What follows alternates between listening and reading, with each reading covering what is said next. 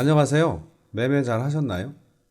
요즘 이스라엘과 팔레스타인 하마스 간에 전쟁이 장기화될 조짐인데 누가 뭐래도 자신들이 갈 길을 가겠다는 의지가 보이죠.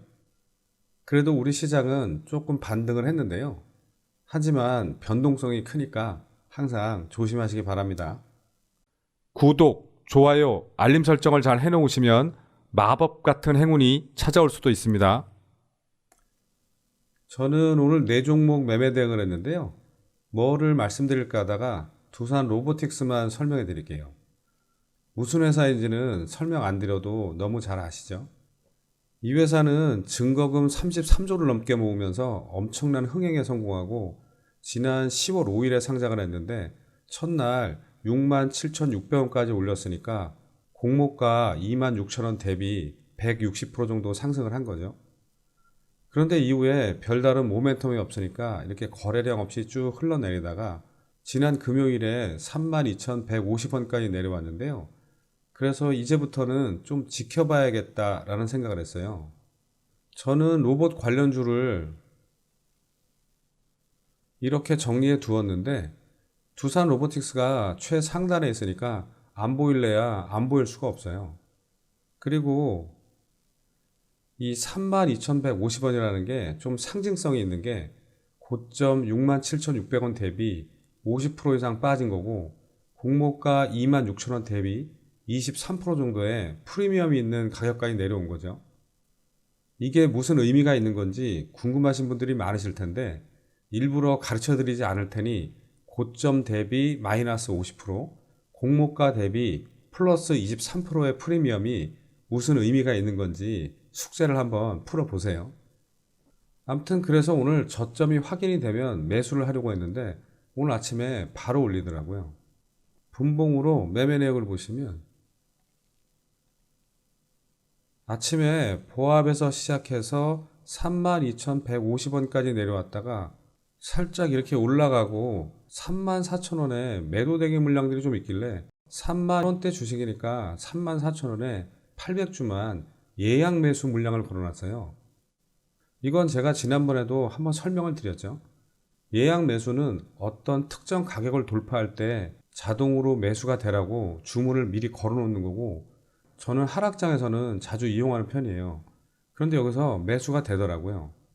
그리고 이 34,000원에 걸어 놓은 이유가 있는데 저는 어떤 종목을 매수할 때 마이너스 5% 정도는 손실을 볼 수 있다고 생각해서 스탑로스로 마이너스 5% 정도의 자동 손절을 걸어두는데 34,000원이면 5% 정도 상승한 거니까 다시 내려와서 전일 종가까지 오면 손절하면 되니까 그 정도는 감수할 수 있다고 생각을 하는 거예요.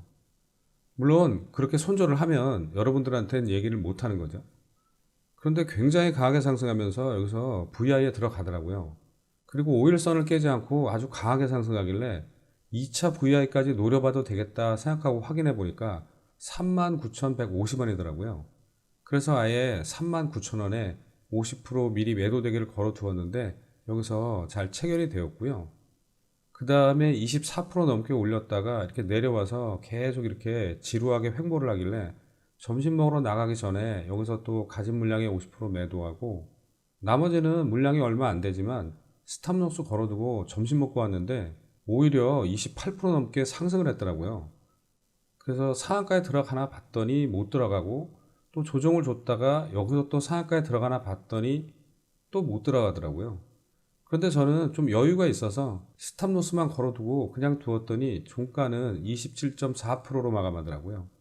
그래서 나머지만 아직 가지고 있어요. 제가 오늘 이렇게 예약 매수를 걸어둔 게 잘 체결이 되었는데요. 여러분들도 예약 매수를 좀 활용해 보세요. 그러면 매수 타점 잡는데 좀 편해요. 그 다음에 시장 특징주 좀 보겠습니다. 오늘 두 종목이 상한가에 갔는데요. 이 중에서 한국 석유만 말씀드릴게요. 국내 블랙 아스팔트 시장의 70%를 점유하고 있고 합성 수지 및 플라스틱 제품을 가공 판매하고 있죠. 이스라엘이 전쟁 2단계 진입을 선언했다는 소식에 오늘 이렇게 상한가까지 갔는데요. 어제 가자지구 내부에서 이스라엘군과 하마스 간 교전이 벌어지면서 본격적인 지상전에 돌입했고 이스라엘은 가자 지구내 팔레스타인 주민들에게 남쪽으로 이동하라고 촉구를 했죠.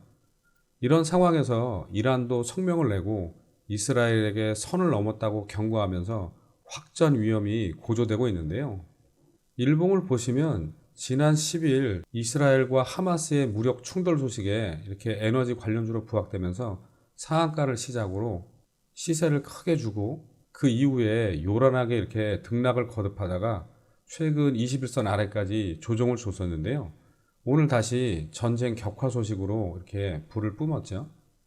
거래대금은 810억 넘게 나왔고 분봉을 보시면 아침에 살짝 갭상승으로 시작해서 7% 정도 올렸다가 11선까지 조정을 주고 다시 5일선을 타고 그대로 들어 올려서 11시 반 되기 전에 상한가에 말아 올렸죠. 앞으로 전쟁 양상이 어떻게 전개될지 모르겠지만 조심하면서 지켜보시기 바라고요. 그 다음 우리 시장 좀 잠깐 보겠습니다. 미 증시가 FOMC 회의와 애플의 실적 발표에 주목하면서 혼조세로 마감했는데 우리 시장은 낙폭을 만회하려고 애쓰는 모습이었죠. 코스피는 개파락으로 시작해서 저점을 또 낮췄지만 기관의 매수세에 2310포인트로 마감했고 코스닥은 개파락으로 출발했지만 외국인과 기관의 동반 매수세에 757포인트로 마감했죠. 오늘 마지막으로 드리고 싶은 말씀은 주식 투자로 수익을 내는 가장 기본적인 전략은 쌀 때 사서 비쌀 때 팔면 되는 거죠. 그런데 개인 투자자들은 보통 반대로 하다가 고점에서 많이 물리죠. 왜 그럴까요? 어떤 종목의 적정 주가를 생각해 두지 않고 매매를 하기 때문이에요. 물론 증권사에서 분석해주는 ROE, EPS, PER 같은 걸 기준으로 놓고 말씀드리는 게 아니라 주가를 올리는 세력들, 그리고 많은 시장 참여자들의 심리적 가격이 있다는 거예요. 그러니까 거기까지 내려올 때까지 여유 있게 기다려야 되는데 자꾸 조급하게 매수 버튼부터 누르는 거죠. 그리고 손실을 보면 운이 없었다고 생각하는데 아니에요. 원래 본인이 비싸게 산 거예요. 세력들은 그런 자리에서 매수할 생각이 없는데 본인이 기준이 없어서 매수하는 경우가 많았던 거예요. 아시겠죠? 자, 그럼 오늘은 여기까지 하고 주식 투자는 기다렸다가 저점에서 매수하는 게 가장 좋은 매매 기법이다 라는 걸 지금이라도 알게 되신 분들만 다음 영상에서 뵙겠습니다. 감사합니다.